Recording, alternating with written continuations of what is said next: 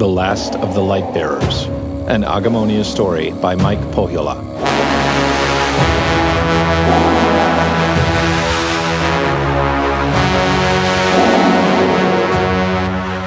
Many sleeps ago, back when crystal was plentiful and all peoples lived in abundance, a great evil rose. His name was Xotho, and he believed our kind were superior to all others because crystal grows in our bodies. He and his followers allied themselves with the Aox demons and turned their backs on all other peoples, including their own. He interned many of our compatriots in the lost mountain of Tor, and they have been asleep ever since. Sleep comes easy to all peoples and even the beasts and the birds. Our sleep is different. We might plant an acorn just before we fall asleep and wake up to find a full-grown tree. While we sleep, we draw strength from the earth and let our bodies heal and grow more crystal. Some call us crystalbacks, but we call ourselves Agurians. I am Torrax, and this is my story, which may one day be carved on my body.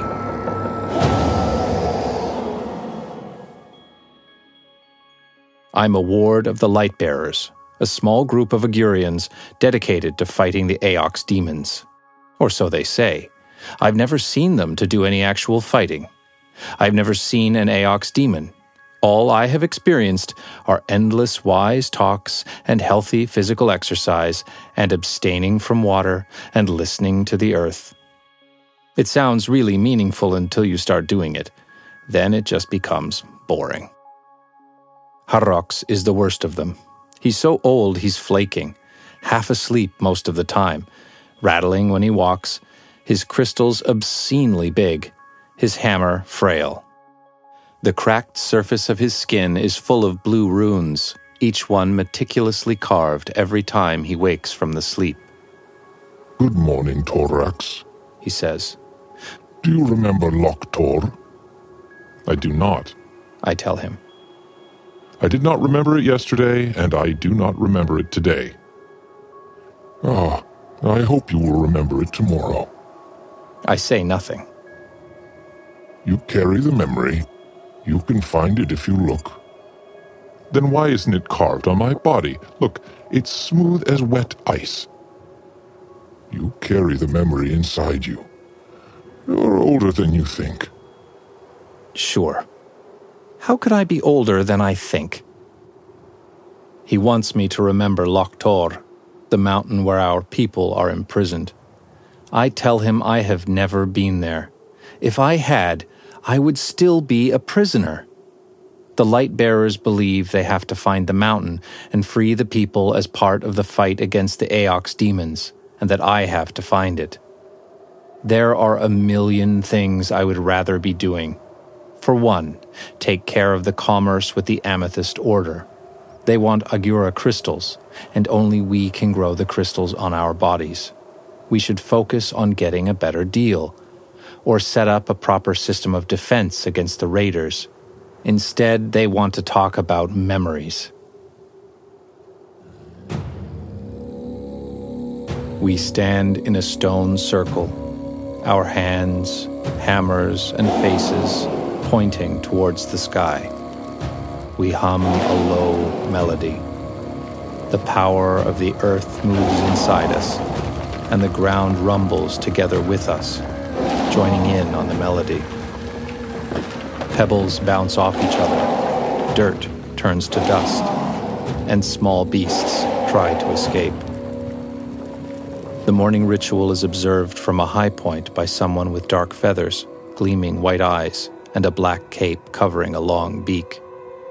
The Quothian is standing in the shade of a tree, just watching. "Torrax, go see who it is," Torrax tells me after the morning exercise. I walk towards the tree. Quothians are an uncommon sight in the desolate hills of the Mute Lands, for they call the forest beyond the Ravenland their home. I've seen a few working for the Amethyst Order, but this one seems younger. "I'm glad it was you," she says. I don't know what to tell her, so I say nothing. grandmother has told me you have a part to play in the battle in the breach. Where the Aox demons live? That's right. And she wants me to help you get there. And who are you? My name is Vinia. I come from Heartwood in search of you. Would you like to talk to my guardians? Not really. Just you. Look, I'm not coming. Thanks for the invitation, but I don't really believe in this prophecy stuff. It's not a prophecy, it's history. Well, whatever.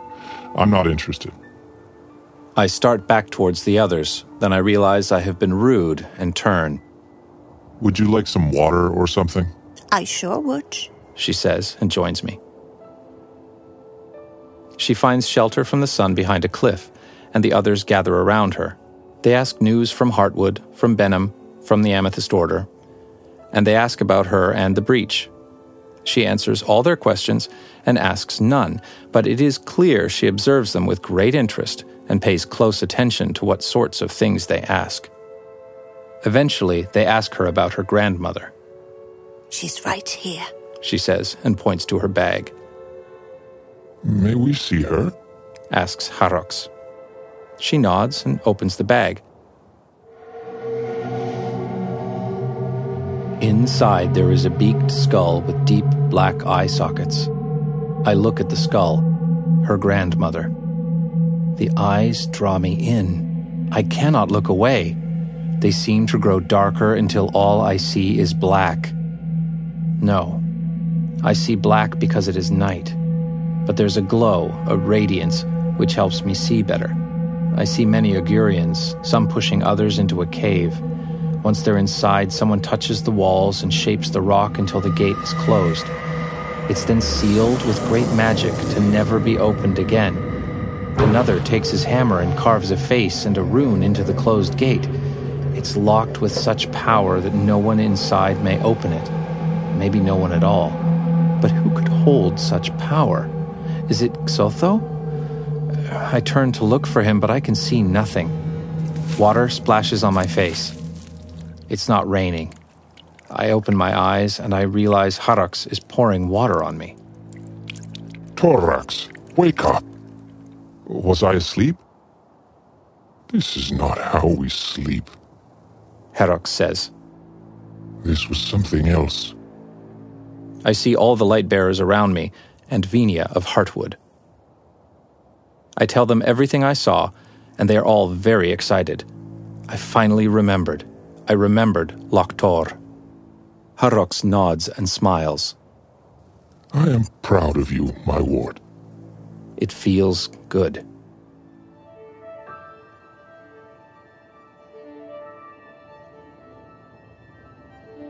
Although I did not see a map or many landmarks, I did see a mountain range that the elders believe to be the Reflection Range Mountains.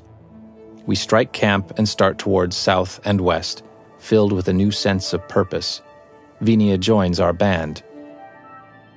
The Lightbearers have only 5 members, one of many wandering groups of Augurians in the Mute Lands. Some groups live and work in Benhamite cities, others sleep in caves and hillsides. Many harvest Agura crystals from other Augurians, transport it to oases where they barter with the caravan merchants of the Amethyst Order. The caravans take the crystals to Copperton, Ambergate, or Starhaven, from whence they are distributed all around the world. The devices of the ancients need Agura to function, but the machines are too big to carry around. In the cave towns of my people, they are in active use in mining and teleportation.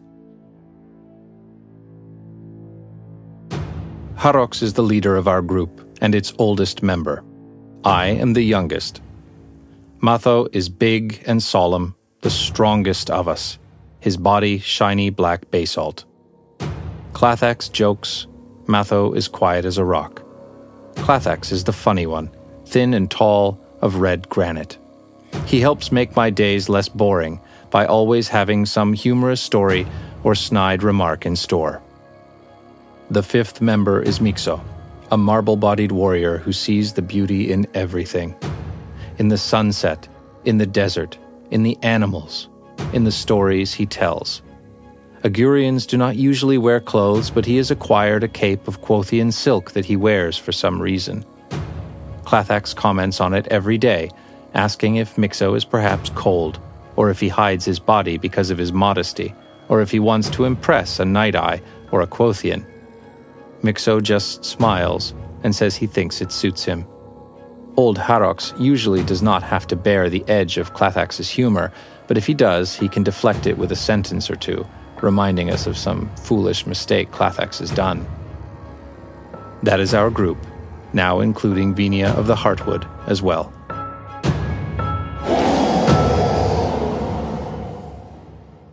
For many days we walk the sun-baked paths of the Mute Lands. We debate which road to take. Clathax would have us head south towards Copperton and hire a ship. Mixo would prefer getting a ship from Moongate to the west.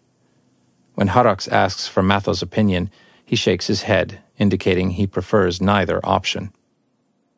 What, do you think we should walk all the way across the continent? Asks Clathax quickly. Matho is silent at first and then says only, Yes. Harox promises to make a decision soon, but in any case, our first stop will be the glowing pyramid Atakahe, where the roads cross. During the long journey, we sing and we talk and we think. Mixo and Clathax and I tell Venia a little of our people. She tells us of hers. Sometimes, when she thinks she's alone, she talks to the skull she calls grandmother. The Quothians are a bird-like people who prefer the dark. I've never seen one of them carry a skull around, but they are strange and alien. Unlike us, they have two genders and keep their men in cages. We have no gender, no birth, no death, no hunger, and no defecation. Being made of rock, we simply exist, then sleep, then exist again, often with no memory of the last time we existed. Do we even live as beasts do and Quothians do? Or are we just moving rocks? I do not know.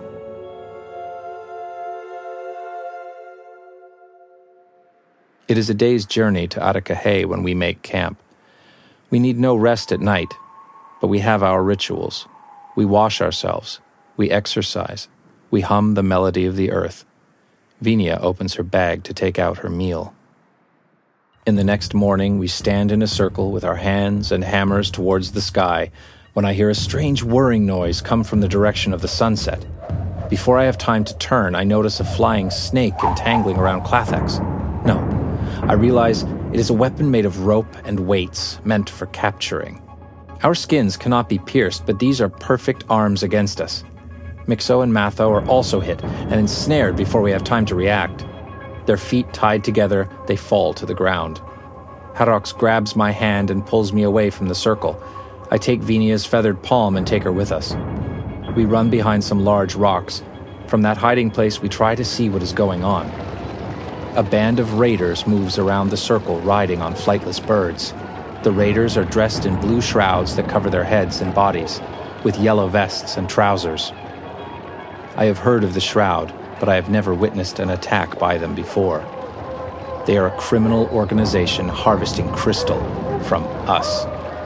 I have heard they take members from all peoples, as long as they have defeated an Agurian.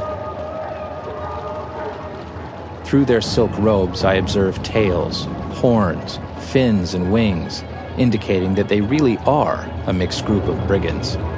No Agurians, though. At least that is what I tell myself. There are 100 Shroud Raiders, maybe more.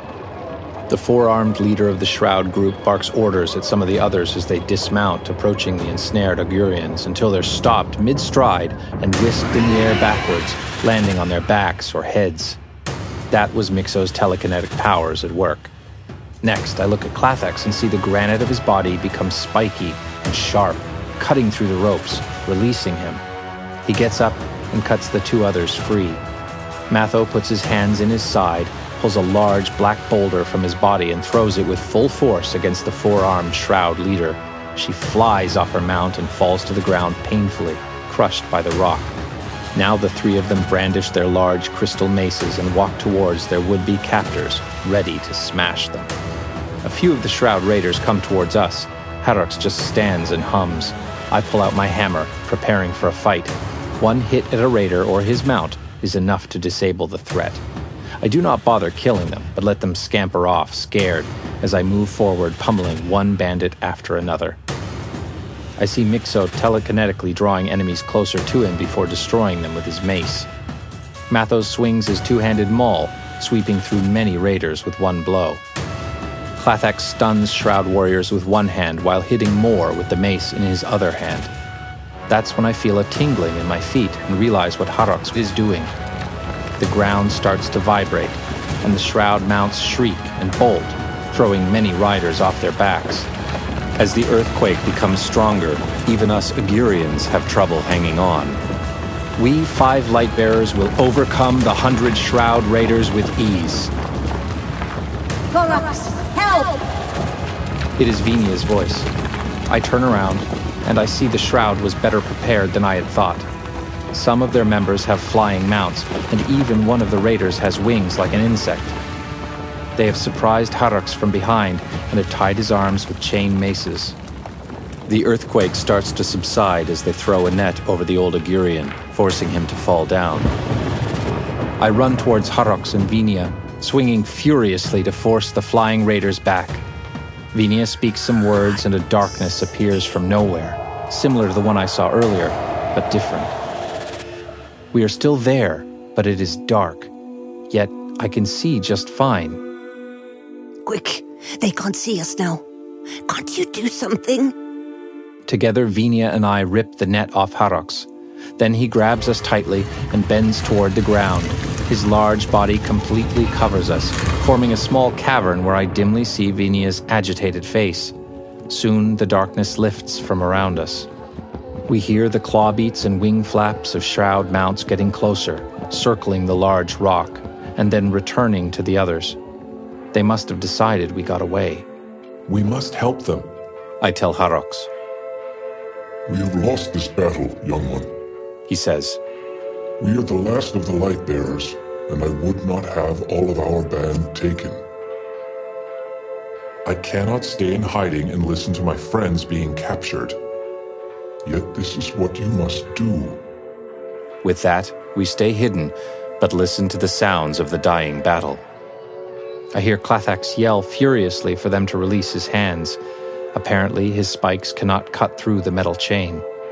I hear another Agurian fall to the ground, perhaps Matho. Then, slowly, the sounds of battle stop.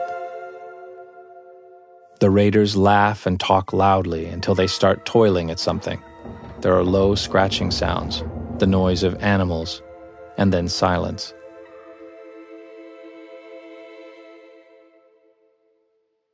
We wait a little while before Torrax stands up. It's as if a small cavern rose up and the sky suddenly appeared. The 3 of us run to the empty battleground. It is too late. Everyone is gone except for one. There's a large marble boulder wearing the remains of a silk cape. Mixo is asleep, his crystals taken. Why did they do that? Vinia asks. Agura crystal is expensive, I tell her. They will take them to an oasis and sell it. Torrax explains. And the others? They will be taken to a city awake. There their crystals will be taken, their souls crushed. Metal plates will be bolted in their skin. They will become stone monsters in service to other monsters. We are silent for a while, trying not to think about that. And what was it you did, Torrax? Vinia asks. How did they not see us? They did see me. Torrax says. They saw a large rock, then they moved along. Thank you. Should we move Mixo into a crypt? No, he is not dead. We will leave Mixo there to sleep. It will be many years until his crystals have grown enough for him to awaken. Vinia looks at Torrax in awe, first immobile, then her beak moves a little, indicating a gentle nod of understanding. We form a circle around the sleeping Mixo, join hands and sing a little tune. This time Vinia joins us. After that, we continue on our way towards Atakahe. It is a glass pyramid which glows with the same white light as Ata, the bigger of the moons. I believe the pyramid is named after the moon, but what its name means I cannot say. I wonder if there's a blue pyramid somewhere named after Eti, the smaller moon, or one mimicking sunlight. The Lightbearers are the only friends and family I have ever known. They were my people. Now there are only two of us left here, Harrox the wise master and me, his pupil and ward. It is up to us to bring light into the darkness, to find Loktor, and to awaken those whom the evil Xotho imprisoned there. Up to me. I have lost many friends this day, but Harrox is still with me. Suddenly a fear grips me. I feel certain that I will lose him, too, and soon. I would be by myself, not knowing what to do. No guardian to guide me. Lost and alone. I look at Harrox, who bears the loss of his companions much better than I do. Or does he? Harrox? He looks at me absent-mindedly. I'm sorry they are asleep. It is the way of things, he says solemnly, as if that were that. But soon he turns to me and says, I am sorry, too. I will miss their company. I place my hand on his cracked shoulder. It is cool to the touch, even though the sun is already high and hot. I sense the bond between us strengthen. I feel the rocks in my face move against each other involuntarily, grinding each other into white powder, which blows away in the wind. I didn't know Augurians can cry, Vinia says. Now you do, I reply. We walk in silence for a long time. This part of the Mute Lands is desolate, with only a few spiky plants and nothing to offer shade. Vinia has devised herself a moving shade made of sticks and cloth. During the hottest part of the day, we agree to rest a bit in the shadow of a cliff. As we drink water, Vinia asks about our quest. Who are the Augurians imprisoned in Loktor? Were they Lightbearers like you? It is a history very meaningful to all Augurians, but perhaps most of all to us Lightbearers. And then Harrox tells the story. Many sleeps ago, crystal was plentiful and all peoples lived in abundance. The ancients built their machines which made life good for Quothian and Augurian alike. In their envy, the Aox demons attacked the ancients and drove them away. Their devices fell into disrepair, and peoples turned against each other. Yet everyone needed crystal, which only Augurians produced. The Amethyst Order was found to regulate the distribution of crystal, buying it from Augurians and selling it to those who needed it the most. That is why some, like the Shroud, also hunt us and take our crystals by force.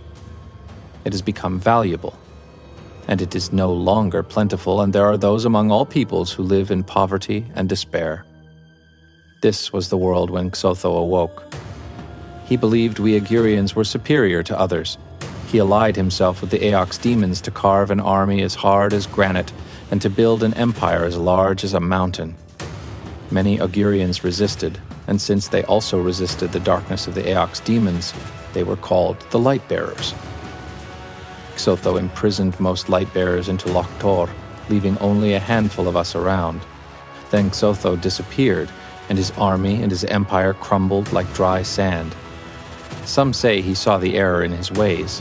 Others say he has merely withdrawn, planning for his return. He might simply be asleep somewhere. This was many years ago, before you were hatched. We, the last of the Lightbearers, have been looking for Loktor ever since, but no one knows where it is. When Torrax awoke, we took him as our ward, teaching him the ways of the Lightbearers, waiting until he would remember Loktor. Why he should remember it, we cannot say, but we always knew he would, and now he has. So the two of us, the last of the Lightbearers, will go to Loktor and release the prisoners. Shall we continue? Asks Harrox after ending his story. Without waiting for an answer, he sets off. Vinia and I follow. So you've always been a Lightbearer? asks Vinia of me. I nod. You didn't decide to join them. You didn't feel a calling. You were just brought up to be one. This is who I am. Of all the times to question my beliefs, why would I do it now, when everything I have been told has been proven? I've remembered Loktor just as they always said I would. Vinia snaps her beak in a gesture I do not recognize. I'm just saying. If they had told you that one day a Kothian would come and take you to the battle in the breach, you'd come with me. You'd find it normal even. I say nothing, since it sounds reasonable and wrong at the same time. Yes, if that were what my guardians told me, but they did not. I have no desire to battle the Aox demons, unless that is what the Lightbearers will do after the rest of them have been released. If Xotho had somehow escaped to the breach, we would probably go there, but no one has ever said anything of the sort. I cannot leave the Lightbearers. I speak eventually. Who says you can't? The Lightbearers? Yes. I feel stupid. Let me ask you something else. Vinia goes on. Is it the first time you have been awake?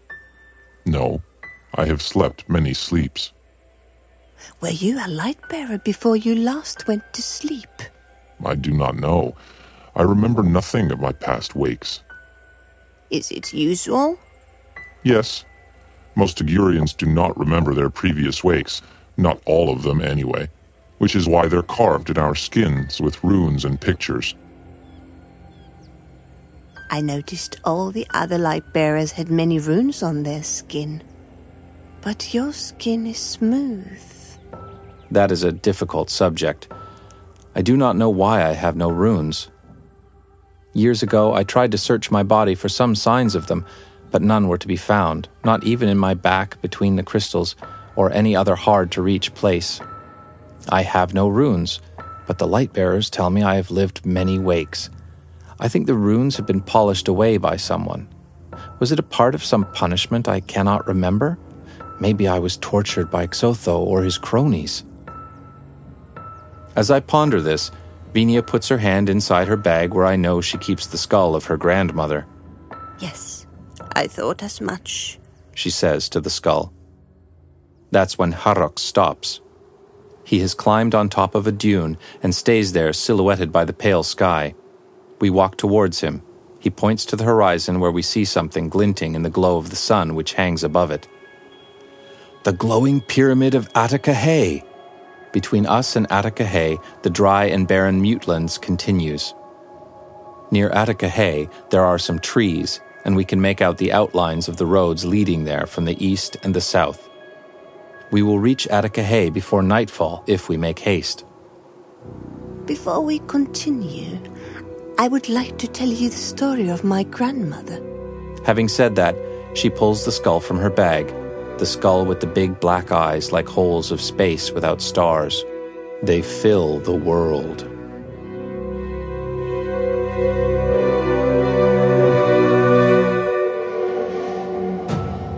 I am at the gates of Loktor in the reflection range. I give the order, and one of my followers carves a face and a rune with his hammer. I concentrate and raise my hands. My arms are overgrown with crystal, more than I have ever seen on anyone.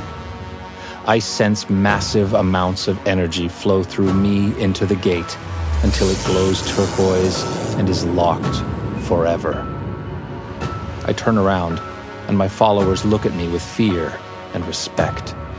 They kneel. One of the rocks of the reflection range mirrors my image. I see I am covered in crystal, an Agura crystal given life. That is when I realize who I am. I am Xotho. It was I who sealed all those Agurians in. This is why all my runes were smoothed out. The Lightbearers are not just my guardians, they are my jailers. I am the enemy.